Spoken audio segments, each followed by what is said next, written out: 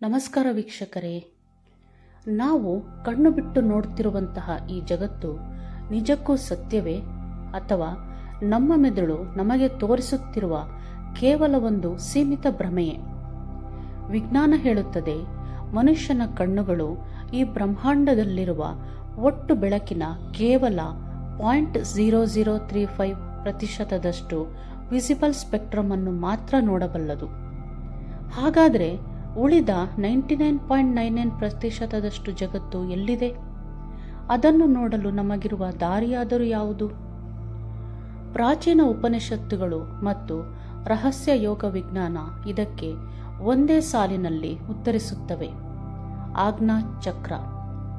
ಹೌದು, ಇದು ಕೇವಲ ಕಣ್ಣುಗಳ ಮಧ್ಯೆ ಇರುವ ಒಂದು ಕಾಲ್ಪನಿಕ ಬಿಂದುವಲ್ಲ. ಇದು ಭೌತಿಕ ಜಗತ್ತಿನ ನಿಯಮಗಳನ್ನು ಮೀರಿ ಕಾಲ ಮತ್ತು ದೇಶದ ಆಚೆಗಿನ ಸತ್ಯವನ್ನು ದರ್ಶಿಸುವ ಕಾಸ್ಮಿಕ್ ಗೇಟ್ವೇ. ಇವತ್ತಿನ ಈ ವಿಡಿಯೋದಲ್ಲಿ ನಾನು ಯಾವುದೇ ಬೇಸಿಕ್ ಇನ್ಫಾರ್ಮೇಷನ್ ಕೊಡುತ್ತಿಲ್ಲ. ಬದಲಿಗೆ ಈ ಆಜ್ಞಾಚಕ್ರದ ಹಿಂದೆ ಅಡಗಿರುವ ನ್ಯೂರೋಸೈನ್ಸ್, ಕ್ವಾಂಟಮ್ ಫಿಸಿಕ್ಸ್ ಮತ್ತು ಇದನ್ನು ಜಾಗೃತಗೊಳಿಸಿದಾಗ ಮನುಷ್ಯನ ಪ್ರಜ್ಞೆ ತಲುಪುವ ಅತ್ಯುನ್ನತ ಆಯಾಮದ ರಹಸ್ಯಗಳನ್ನು ಹೇಳುತ್ತಿದ್ದೇನೆ. ಕೊನೆಯವರೆಗೂ ಜೊತೆಯಾಗಿರಿ. ಯೋಗ ವಿಜ್ಞಾನದಲ್ಲಿ ಯಾವುದನ್ನು ಆಜ್ಞಾಚಕ್ರ ಎನ್ನಲಾಗುತ್ತದೆಯೋ ಅದನ್ನು ಆಧುನಿಕ ವೈದ್ಯಕೀಯ ವಿಜ್ಞಾನ ಪೀನಿಯಲ್ ಗ್ಲ್ಯಾಂಡ್ ಎಂದು ಕರೆಯುತ್ತದೆ. ಮೆದುಳಿನ ಆಳದಲ್ಲಿ ಅಡಗಿರುವ ಈ ಸಣ್ಣ ಗ್ರಂಥಿಯನ್ನು ತತ್ವಜ್ಞಾನಿ ರೆನೆ ಡೆಕಾರ್ಟೆ ಆತ್ಮದ ಆಸನ ಎಂದು ಕರೆದಿದ್ದರು. ಏಕೆ ಗೊತ್ತೇ? ವಿಜ್ಞಾನದ ಅತೀ ದೊಡ್ಡ ಆಶ್ಚರ್ಯವೆಂದರೆ ನಮ್ಮ ದೇಹದ ಇತರ ಭಾಗಗಳಿಗಿಂತ ಈ ಪೀನಿಯಲ್ ಗ್ಲ್ಯಾಂಡಿಗೆ ರಕ್ತದ ಹರಿವು ಅತ್ಯಂತ ತೀವ್ರವಾಗಿರುತ್ತದೆ. ಅದಕ್ಕಿಂತಲೂ ಆಘಾತಕಾರಿ ವಿಷಯವೆಂದರೆ ಈ ಗ್ರಂಥಿಯ ಒಳರಚನೆಯನ್ನು ಮೈಕ್ರೋಸ್ಕೋಪಿನಲ್ಲಿ ನೋಡಿದಾಗ ಅಲ್ಲಿ ನಮ್ಮ ಕಣ್ಣುಗಳಲ್ಲಿರುವ ಮಾದರಿಯಲ್ಲೇ ರಾಡ್ಸ್ ಮತ್ತು ಕೋನ್ಸ್ ಅಂದರೆ ಬೆಳಕನ್ನು ಗ್ರಹಿಸುವ ಜೀವಕೋಶಗಳು ಪತ್ತೆಯಾಗಿವೆ. ಅಂದರೆ ದೇಹದ ಒಳಗಿನ ಕತ್ತಲೆಯಲ್ಲಿ ಕುಳಿತಿರುವ ಈ ಗ್ರಂಥಿಗೆ ಒಳಗಣ್ಣಿನ ಶಕ್ತಿ ಇದೆ. ಇದು ಮೆಲಟಾನಿನ್ ಮತ್ತು DMT ಎಂಬ ರಸದೂತಗಳನ್ನು ಸ್ರವಿಸುತ್ತವೆ. DMTಯನ್ನು ವಿಜ್ಞಾನ ಲೋಕದಲ್ಲಿ ಸ್ಪಿರಿಟ್ ಮಾಲಿಕ್ಯೂಲ್ ಎನ್ನಲಾಗುತ್ತದೆ. ಮನುಷ್ಯ ಸಾಯುವಾಗ ಅಥವಾ ಅತಿ ಆಳವಾದ ಧ್ಯಾನ ಸ್ಥಿತಿಯಲ್ಲಿದ್ದಾಗ ಮಾತ್ರ ಈ DMT ಬಿಡುಗಡೆಯಾಗುತ್ತದೆ. ಯಾವಾಗ ಆಜ್ಞಾಚಕ್ರ ಅಥವಾ ಪೀನಿಯಲ್ ಗ್ಲ್ಯಾಂಡ್ ಆಕ್ಟಿವೇಟ್ ಆಗುತ್ತದೆಯೋ ಆಗ ಮನುಷ್ಯನಿಗೆ ಭೌತಿಕ ಕಣ್ಣುಗಳಿಲ್ಲದೆ ಆಸ್ಟ್ರಲ್ ಟ್ರಾವೆಲ್ ಅಥವಾ ಆಯಾಮಗಳನ್ನು ದಾಟುವ ಅನುಭವವಾಗುತ್ತದೆ. ಆದರೆ ಆಧುನಿಕ ಜಗತ್ತಿನ ಈ ಕೆಮಿಕಲ್ ಆಹಾರಗಳು ಈ ಗ್ರಂಥಿಯನ್ನು ಕ್ಯಾಲ್ಸಿಫೈ ಅಂದರೆ ಕಲ್ಲಾಗುವಂತೆ ಮಾಡುತ್ತಿವೆ. ನಮ್ಮ ಮೂರನೇ ಕಣ್ಣು ಈಗ ನಿಷ್ಕ್ರಿಯವಾಗುತ್ತಿದೆ. ಆಜ್ಞಾ ಎಂದರೆ ಸಂಸ್ಕೃತದಲ್ಲಿ ಆದೇಶ ಅಥವಾ ನಿಯಂತ್ರಣ ಎಂದು ಅರ್ಥ. ಈ ಚಕ್ರ ಜಾಗೃತಗೊಂಡಾಗ ವ್ಯಕ್ತಿ ತನ್ನ ಮನಸ್ಸು, ಇಂದ್ರಿಯಗಳು ಮತ್ತು ಪ್ರಾಣಶಕ್ತಿಯ ಮೇಲೆ ಸಂಪೂರ್ಣ ನಿಯಂತ್ರಣ ಸಾಧಿಸುತ್ತಾನೆ. ಇಲ್ಲಿ ಎರಡು ಪ್ರಮುಖ ನಾಡಿಗಳು ಸಂಧಿಸುತ್ತವೆ. ಇಡ ಮತ್ತು ಪಿಂಗಳ ಅಂದರೆ ತಾರ್ಕಿಕ ಬುದ್ಧಿ ಮತ್ತು ಸೃಜನಶೀಲತೆ ಎರಡೂ ಕರಗಿ ಶೂನ್ಯವಾಗುವ ಬಿಂದು ಇದು. ಇಲ್ಲಿ ಜಾಗೃತಿ ಉಂಟಾದಾಗ ವ್ಯಕ್ತಿಗೆ ಕ್ಲೈರ್ವಾಯನ್ಸ್ ಸಿದ್ಧಿಸುತ್ತದೆ. ಅಂದರೆ ಗೋಡೆಯ ಆಚೆಗಿನ ವಸ್ತುಗಳು, ಮೈಲುಗಳಷ್ಟು ದೂರದಲ್ಲಿರುವ ಘಟನೆಗಳು ಅಥವಾ ಒಬ್ಬ ವ್ಯಕ್ತಿಯ ಮನಸ್ಸಿನಲ್ಲಿರುವ ಆಲೋಚನೆಗಳು ತರಂಗಗಳ ರೂಪದಲ್ಲಿ ಆಜ್ಞಾಚಕ್ರಕ್ಕೆ ತಲುಪಲು ಪ್ರಾರಂಭಿಸುತ್ತವೆ. ನಿಮ್ಮ ಇಡೀ ಮೆದುಳು ಒಂದು ಸೂಪರ್ ರಿಸೀವರ್ ಆಂಟೆನಾದಂತೆ ಕೆಲಸ ಮಾಡುತ್ತದೆ. ಆದರೆ ಇಲ್ಲೊಂದು ಎಚ್ಚರಿಕೆ ಇದೆ ವೀಕ್ಷಕರೇ. ಆಜ್ಞಾಚಕ್ರದ ಜಾಗೃತಿ ಎನ್ನುವುದು ಎರಡೂ ಕಡೆ ಹರಿತವಿರುವ ಕತ್ತಿ ಇದ್ದಂತೆ. ಕೆಳಗಿನ 5 ಚಕ್ರಗಳನ್ನು ಅಂದರೆ ಮೂಲಾಧಾರದಿಂದ ಹಿಡಿದು ವಿಶುದ್ಧಿಯವರೆಗೆ ಸಮತೋಲನ ಮಾಡದೆ ಕೇವಲ ಹಠಯೋಗ ಅಥವಾ ತಾಂತ್ರಿಕ ಪ್ರಕ್ರಿಯೆಗಳ ಮೂಲಕ ಆಜ್ಞಾಚಕ್ರವನ್ನು ಬಲವಂತವಾಗಿ ತೆರೆಯಲು ಪ್ರಯತ್ನಿಸಿದರೆ ಏನಾಗುತ್ತದೆ ಗೊತ್ತೇ? ಪರಿಣಾಮ ಭೀಕರವಾಗಿರುತ್ತದೆ. ವ್ಯಕ್ತಿಯು ಭ್ರಮೆ ಅಂದರೆ ಹ್ಯಾಲುಸಿನೇಷನ್ ಮತ್ತು ವಾಸ್ತವದ ನಡುವಿನ ವ್ಯತ್ಯಾಸವನ್ನು ಕಳೆದುಕೊಳ್ಳುತ್ತಾನೆ. ಇಂದ್ರಿಯಗಳಿಗೆ ತಡೆಯಲಾರದಷ್ಟು ಮಾಹಿತಿ ಒಮ್ಮೆಗೆ ಮಿದುಳನ್ನು ಪ್ರವೇಶಿಸಿದಾಗ ಸೈಕೋಸಿಸ್ ಅಥವಾ ಮಾನಸಿಕ ಉನ್ಮಾದದ ಸ್ಥಿತಿ ತಲುಪಬಹುದು. ಒಂದು ವೇಳೆ ಈ ಚಕ್ರವು ಬ್ಲಾಕ್ ಆಗಿದ್ದರೆ ವ್ಯಕ್ತಿಯು ತೀವ್ರವಾದ ಮೈಗ್ರೇನ್, ನಿದ್ರೆಯಿಲ್ಲದ ರಾತ್ರಿಗಳು, ಕಣ್ಣಿನ ದೃಷ್ಟಿ ಮಂದವಾಗುವುದು ಮತ್ತು ಸದಾ ಅಸ್ತಿತ್ವದ ಭೀತಿಯಿಂದ ಬಳಲುತ್ತಾನೆ. ಅವರಿಗೆ ಇಡೀ ಜಗತ್ತು ಶೂನ್ಯ ಮತ್ತು ಅರ್ಥಹೀನವಾಗಿ ಕಾಣತೊಡಗುತ್ತದೆ. ಆದ್ದರಿಂದಲೇ ಸನಾತನ ವಿಜ್ಞಾನದಲ್ಲಿ ಗುರುಮುಖೇನ ಅಲ್ಲದೆ ಈ ಚಕ್ರದ ಮೇಲೆ ನೇರ ಪ್ರಯೋಗ ಮಾಡುವುದನ್ನು ಕಟ್ಟುನಿಟ್ಟಾಗಿ ನಿಷೇಧಿಸಲಾಗಿದೆ.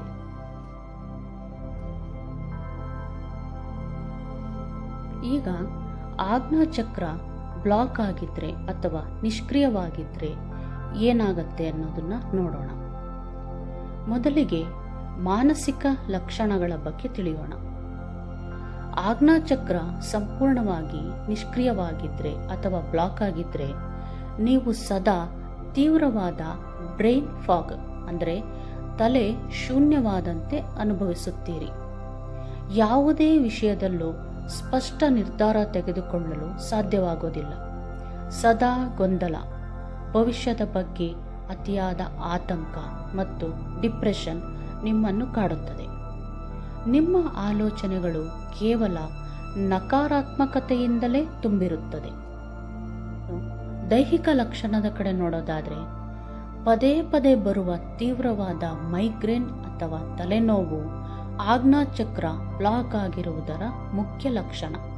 ಇದರೊಂದಿಗೆ ಕಣ್ಣಿನ ದೃಷ್ಟಿ ಮಂದವಾಗುವುದು, ಸೈನಸ್ ಸಮಸ್ಯೆ ಮತ್ತು ರಾತ್ರಿ ಮಲಗಿ ನಿದ್ದೆಗೆ ಎಷ್ಟು ಪ್ರಯತ್ನಿಸಿದರೂ ನಿದ್ದೆ ಬಾರದಿರುವುದು ಅಂದರೆ ಇನ್ಸಾಮ್ನಿಯಾ ನಿಮ್ಮನ್ನು ಕಾಡುತ್ತದೆ. ಇನ್ನು ಆಧ್ಯಾತ್ಮಿಕ ಲಕ್ಷಣಗಳ ಕಡೆ ನೋಡೋದಾದರೆ ಈ ಆಜ್ಞಾಚಕ್ರ ಬ್ಲಾಕ್ ಆಗಿರುವ ವ್ಯಕ್ತಿಗೆ ಕೇವಲ ಕಣ್ಣಿಗೆ ಕಾಣುವ ಭೌತಿಕ ಜಗತ್ತು ಮಾತ್ರ ಸತ್ಯ ಎನ್ನಿಸುತ್ತದೆ. ಅದರಾಚೆಗಿನ ಯಾವುದೇ ಆಧ್ಯಾತ್ಮಿಕ ಅಥವಾ ಸೂಕ್ಷ್ಮ ಶಕ್ತಿಗಳ ಮೇಲೆ ನಂಬಿಕೆನೇ ಇರುವುದಿಲ್ಲ. ಇಂತಹವರ ವ್ಯಕ್ತಿಯ ಅಂತಃಪ್ರಜ್ಞೆ ಅಂದರೆ ಇಂಟ್ಯೂಷನ್ ಸಂಪೂರ್ಣವಾಗಿ ಸತ್ತು ಹೋಗಿರುತ್ತದೆ. ಆಜ್ಞಾಚಕ್ರಕ್ಕೆ ಯಾವುದೇ ಒಬ್ಬ ಸಾಮಾನ್ಯ ದೇವತೆ ಅಧಿಪತಿಯಲ್ಲ. ಬದಲಿಗೆ ಇದು ದ್ವಂದ್ವಗಳು ಕರಗುವ ಸ್ಥಾನವಾದ್ದರಿಂದ ಅತ್ಯುನ್ನತ ಶಕ್ತಿಗಳು ಇದರ ಅಧಿಪತಿಗಳಾಗಿದ್ದಾರೆ. ಪ್ರಧಾನ ದೇವತೆ ಅರ್ಧನಾರೀಶ್ವರ. ಆಜ್ಞಾಚಕ್ರದ ಮುಖ್ಯ ಅಧಿಪತಿ ಶಿವಶಕ್ತಿಯರ ಒಕ್ಕೂಟವಾದ ಅರ್ಧನಾರೀಶ್ವರ ರೂಪ. ಇದು ನಮ್ಮ ಎಡ ಮತ್ತು ಬಲ ಮೆದುಳು ಒಂದಾಗುವ ಸ್ಥಿತಿಯನ್ನು ಸೂಚಿಸುತ್ತದೆ. ಸ್ವತಃ ಶಿವನೇ ಜ್ಞಾನದ ಸಂಕೇತವಾಗಿ ಮೂರನೇ ಕಣ್ಣಿನ ರೂಪದಲ್ಲಿ ಇಲ್ಲಿ ನೆಲೆಸಿದ್ದಾನೆ. ಈ ಕಣ್ಣು ತೆರೆದಾಗ ಅಜ್ಞಾನ ಮತ್ತು ಭ್ರಮೆಗಳು ಸುಟ್ಟು ಭಸ್ಮವಾಗುತ್ತವೆ. ಇನ್ನು ಶಕ್ತಿ ದೇವತೆ ನೋಡೋದಾದ್ರೆ ಹಾಕಿನಿ ದೇವಿ. ತಾಂತ್ರಿಕ ವಿಜ್ಞಾನದ ಪ್ರಕಾರ ಆಜ್ಞಾಚಕ್ರದ ಒಳಗಿನ ಶಕ್ತಿಯನ್ನು ನಿಯಂತ್ರಿಸುವ ದೇವತೆ ಹಾಕಿನಿ ದೇವಿ. ಈಕೆಗೆ 6 ಮುಖಗಳಿದ್ದು ಮನಸ್ಸಿನ ಉನ್ನತ ಆಯಾಮಗಳನ್ನು ಈಕೆ ಆಳುತ್ತಾಳೆ.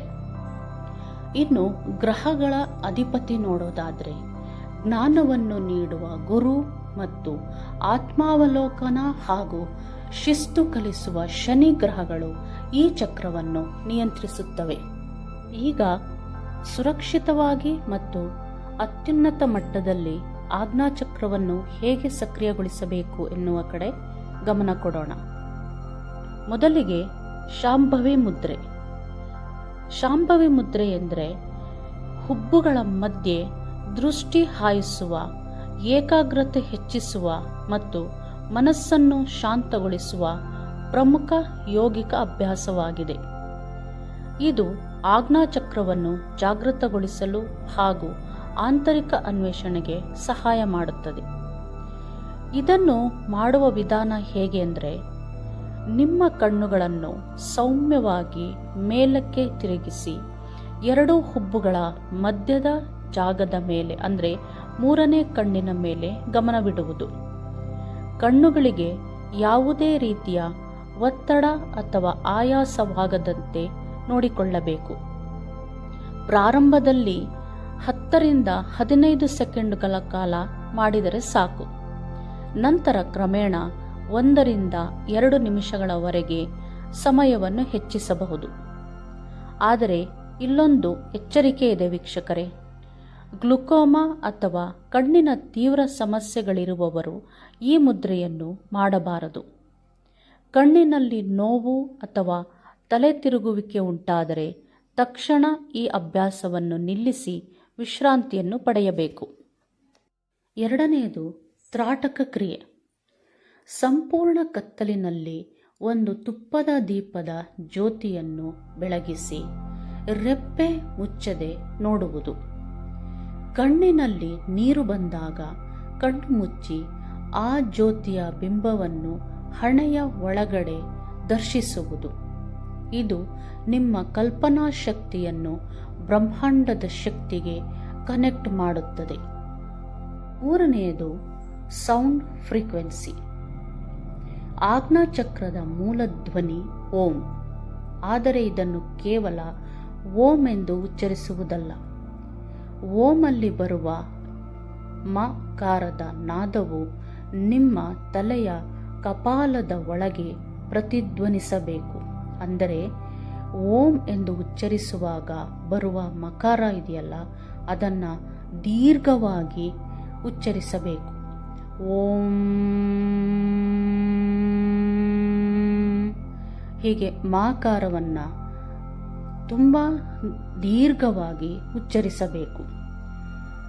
852 ಹರ್ಟ್ಸ್ ಆವರ್ತನದ ಧ್ವನಿ ತರಂಗಗಳು ಪೀನಿಯಲ್ ಗ್ರಂಥಿಯ ಕ್ಯಾಲ್ಸಿಫಿಕೇಶನ್ ಅನ್ನು ಮುರಿಯಲು ಸಹಾಯ ಮಾಡುತ್ತದೆ ಎಂದು ಆಧುನಿಕ ಸೌಂಡ್ ಥೆರಪಿ ಕೂಡ ಒಪ್ಪಿಕೊಳ್ಳುತ್ತದೆ. ವೀಕ್ಷಕರೇ, ಇವಾಗ ಆಜ್ಞಾಚಕ್ರದ ಹೀಲಿಂಗ್ ಮೆಡಿಟೇಷನ್ ಮಾಡೋಣವೇ? ತಯಾರಿದ್ದೀರಾ? ನಿಮ್ಮ ಇಡೀ ದೇಹವನ್ನು ಸಡಿಲಗೊಳಿಸಿ ನೀವು ಎಲ್ಲಿದ್ದೀರೋ ಅಲ್ಲಿ ಅತ್ಯಂತ ಆರಾಮದಾಯಕವಾಗಿ ಕುಳಿತುಕೊಳ್ಳಿ. ನಿಮ್ಮ ಬೆನ್ನು ಮೂಳೆ ನೇರವಾಗಿರಲಿ. ನಿಧಾನವಾಗಿ ನಿಮ್ಮ ಕಣ್ಣುಗಳನ್ನು ಮುಚ್ಚಿ ದೀರ್ಘವಾದ ಉಸಿರನ್ನು ತೆಗೆದುಕೊಳ್ಳಿ. 2 ಸೆಕೆಂಡ್ ಉಸಿರನ್ನು ಹೋಲ್ಡ್ ಮಾಡಿ ಮತ್ತು ನಿಧಾನವಾಗಿ ಉಸಿರನ್ನು ಹೊರಗೆ ಬಿಡಿ. ಮತ್ತೊಮ್ಮೆ ದೀರ್ಘವಾದ ಉಸಿರನ್ನು ಒಳಗೆ ತೆಗೆದುಕೊಳ್ಳಿ. 2 ಸೆಕೆಂಡ್ ಹೋಲ್ಡ್ ಮಾಡಿ ಮತ್ತು ನಿಧಾನವಾಗಿ ಉಸಿರನ್ನು ಹೊರಗೆ ಬಿಡಿ. ಕಡೆಯ ಬಾರಿ ದೀರ್ಘವಾದ ಉಸಿರನ್ನು ನಿಧಾನವಾಗಿ ತೆಗೆದುಕೊಳ್ಳಿ. 2 ಸೆಕೆಂಡ್ ಹೋಲ್ಡ್ ಮಾಡಿ. ನಿಧಾನವಾಗಿ ಸಂಪೂರ್ಣವಾಗಿ ಉಸಿರನ್ನು ಹೊರಬಿಡಿ. ಈಗ ನಿಮ್ಮ ಉಸಿರು ಸಹಜ ಸ್ಥಿತಿಗೆ ಬರಲಿ. ಹೊರಗಿನ ಜಗತ್ತಿನ ಎಲ್ಲ ಗದ್ದಲಗಳನ್ನು ಮರೆತು ಬಿಡಿ. ನಿಮ್ಮ ಸಂಪೂರ್ಣ ಗಮನ ಈಗ ನಿಮ್ಮ ಉಸಿರಾಟದ ಮೇಲಿರಲಿ.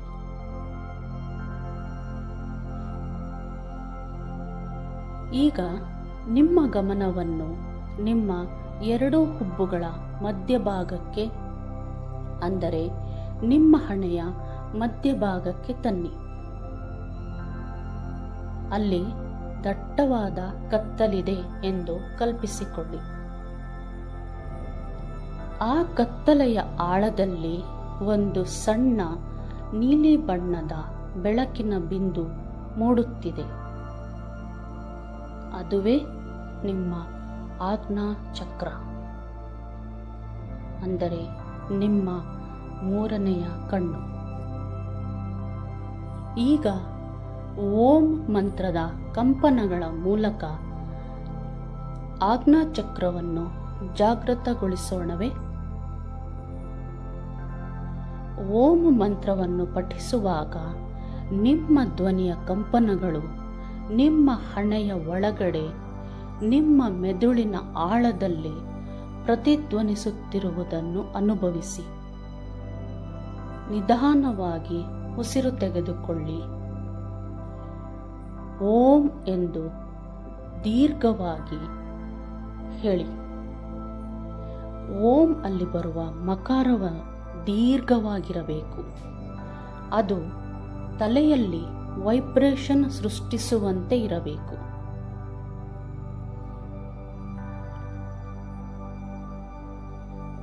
ಪ್ರತಿ ಉಸಿರಿನಲ್ಲೂ ಓಂಕಾರವನ್ನು ಸ್ಪಷ್ಟವಾಗಿ ಉಚ್ಚರಿಸಿ.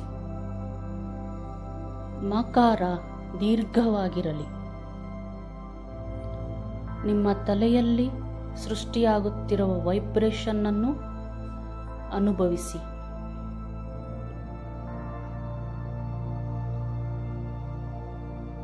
ಆ ಕಂಪನಗಳು ನಿಮ್ಮ ಹಣೆಯ ಭಾಗದಲ್ಲಿದ್ದ ಬ್ಲಾಕೇಜ್ಗಳನ್ನು ಕರಗಿಸುತ್ತಿವೆ. ಪ್ರತಿ ಉಸಿರಾಟದಲ್ಲೂ ಓಂಕಾರವನ್ನು ಸ್ಪಷ್ಟವಾಗಿ ಪಠಿಸಿ. ನಿಮ್ಮ ಹಣೆಯ ಮಧ್ಯೆ ಇರುವ ಆ ನೀಲಿ ಬೆಳಕು ಈಗ ದೊಡ್ಡದಾಗುತ್ತಿದೆ.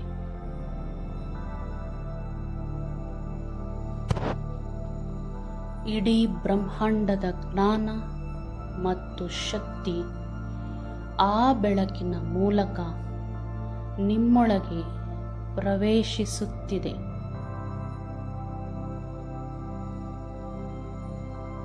ನಿಮ್ಮ ತಲೆಯ ಭಾಗ ಹಗುರವಾಗುತ್ತಿದೆ.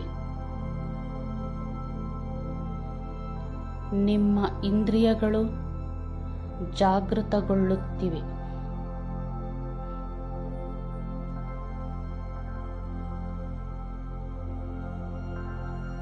ನಿಮ್ಮ ಅಂತಃಪ್ರಜ್ಞೆ ಅಂದರೆ ಇಂಟ್ಯೂಷನ್ ಜಾಗೃತವಾಗಿದೆ. ನೀವು ಕೇವಲ ಈ ದೇಹವಲ್ಲ, ನೀವು ಈ ಬ್ರಹ್ಮಾಂಡದ ಪರಮಚೇತನ. ವಿಶ್ರಾಂತಿ ಪಡೆಯಿರಿ. ಆ ಅನಂತ ಶಾಂತಿಯನ್ನು ಅನುಭವಿಸಿ.